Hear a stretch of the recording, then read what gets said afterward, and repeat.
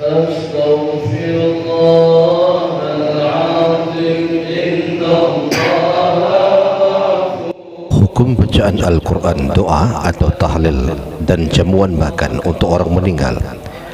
Dalam hal ini ada segolongan yang berkata bahwa doa, bacaan Al-Quran atau tahlil dan sedekah tidak sampai pahalanya kepada orang mati dengan alasan dalilnya sebagai berikut. Dan tidaklah bagi seseorang kecuali apa yang telah dikerjakan. Quran Surah An-Najmu ayat 39. Juga hadis Nabi SAW, jika anak Adam mati, putuslah segala amalan perbuatannya kecuali 3 perkara: sedekah jariah, ilmu yang bermanfaat, dan anak yang soleh yang mendoakan dirinya. Mereka sepertinya hanya secara parsial memahami kedua dalil di atas tanpa menghubungkan dengan dalil-dalil yang lain, sehingga kesimpulan yang mereka ambil, doa, bacaan Al-Quran, sedekah dan tahlil tidak berguna bagi orang mati. Pemahaman itu bertentangan dengan banyak ayat dan hadis Rasulullah SAW. Beberapa di antaranya dan orang-orang yang datang setelah mereka berkata, "Ya Tuhan kami, ampunilah kami dan ampunilah saudara-saudara kami yang telah mendahului kami dengan beriman." Quran Surah Al-Hasyr ayat 10. Dalam hadis Nabi juga dijelaskan, bertanya seorang laki-laki kepada Nabi Muhammad SAW, "Ya Rasulullah, sesungguhnya ibu saya telah mati.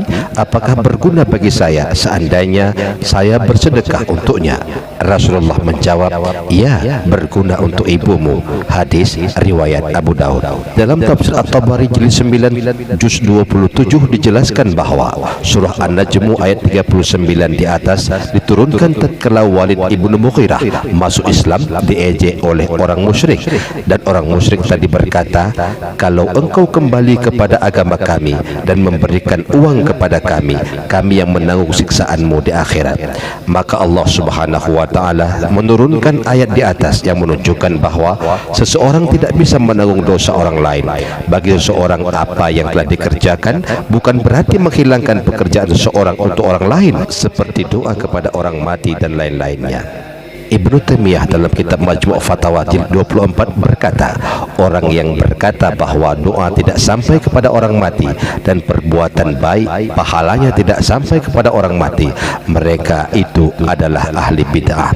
Sebab para ulama telah sepakat bahwa mayit mendapat manfaat dari doa dan amal soleh orang yang masih hidup. Dr. Ahmad Asyarbashi, guru besar pada Universitas Al-Azhar, dalam kitabnya Yas'alunaka Fiddin wal Hayah juzuk 1 halaman 442, beliau nukilkan sebagai berikut: sungguh para ahli fikih telah berargumentasi atas kiriman pahala ibadah itu dapat sampai kepada orang yang sudah meninggal dunia dengan hadis bahwa sesungguhnya ada salah seorang sahabat bertanya kepada Rasulullah seraya berkata, "Wahai Rasulullah, sesungguhnya kami bersedekah untuk keluarga kami yang sudah mati, kami melakukan haji untuk mereka, dan kami berdoa kepada mereka. Apakah hal tersebut pahalanya dapat sampai kepada mereka?"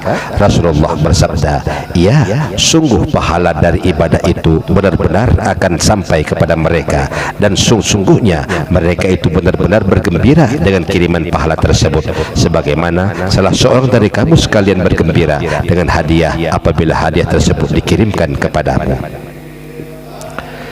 Sedangkan memberikan jamuan yang biasa diadakan ketika ada orang meninggal hukumnya mubah atau boleh, dan menurut mayoritas ulama bahwa memberikan jamuan itu termasuk ibadah yang terpuji dan dianjurkan. Sebab jika dilihat dari segi jamuannya termasuk bersedekah yang dianjurkan oleh Islam, yang pahalanya dihadiahkan kepada orang yang telah meninggal, dan lebih dari itu ada tujuan lain yang ada